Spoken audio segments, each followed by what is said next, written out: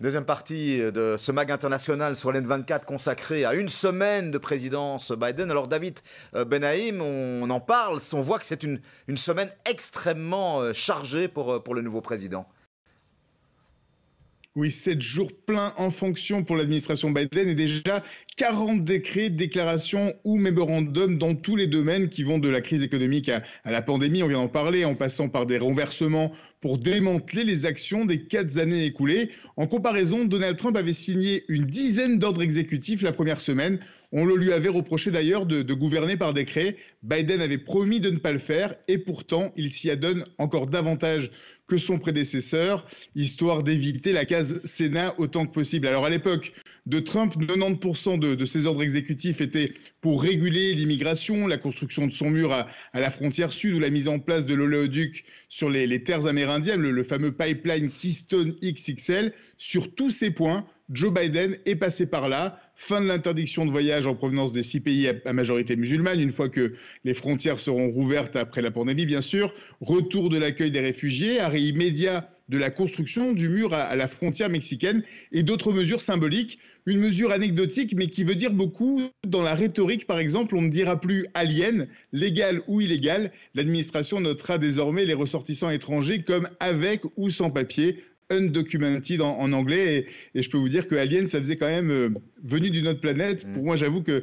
ça passe beaucoup mieux de ne plus être référencé comme un extraterrestre. Autre élément important qui vont changer, le chemin vers la nationalité pour 11 millions de ces sans-papiers sur 8 ans.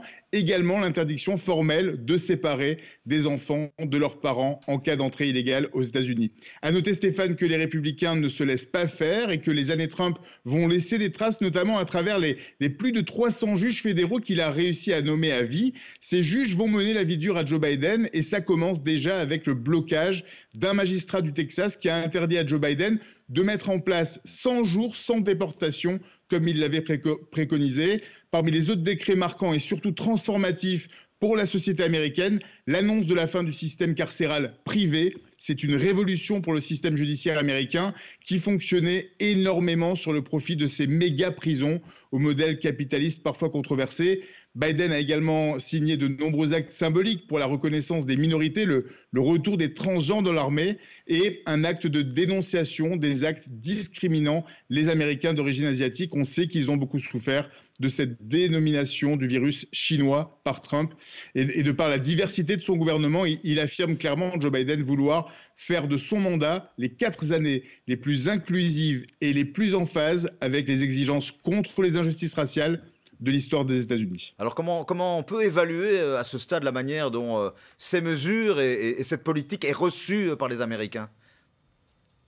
Bon, d'abord, il faut être clair, les clivages et les divisions sont toujours aussi grandes. Le discours sur les grands médias, les différents médias sont totalement dans les lignes de parti. Il est énormément reproché dans la presse conservatrice ces 40 décrets qui sont loin d'être rassembleurs et unificateurs, comme l'avait promis Joe Biden.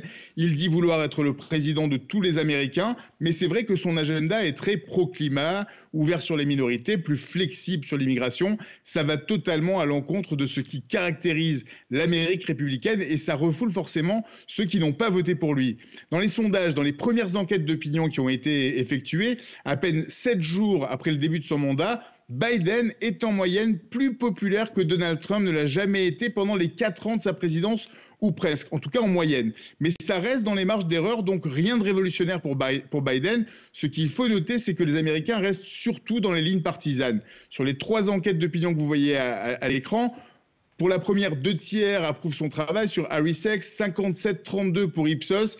Et Rasmussen, qui est un institut de sondage un peu plus conservateur, donne à peu près l'égalité, 48-47. Donc, par contre, sur la gestion de la pandémie, là, les Américains sont beaucoup plus lucides et apprécient les changements.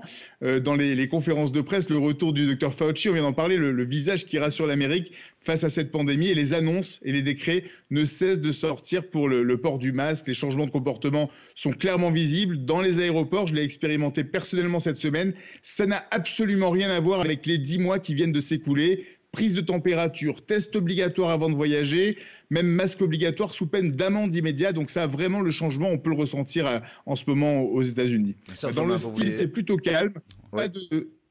Pardon Stéphane, mais dans le style, c'est plutôt calme, pas de déclaration outrancière sur les 7 premiers jours de Biden. On n'a pas pour l'instant de vérité alternative qu'on a pu voir la première semaine de Donald Trump. Ah ouais, elle ne viendra peut-être pas de là, mais elle viendra peut-être d'un autre côté.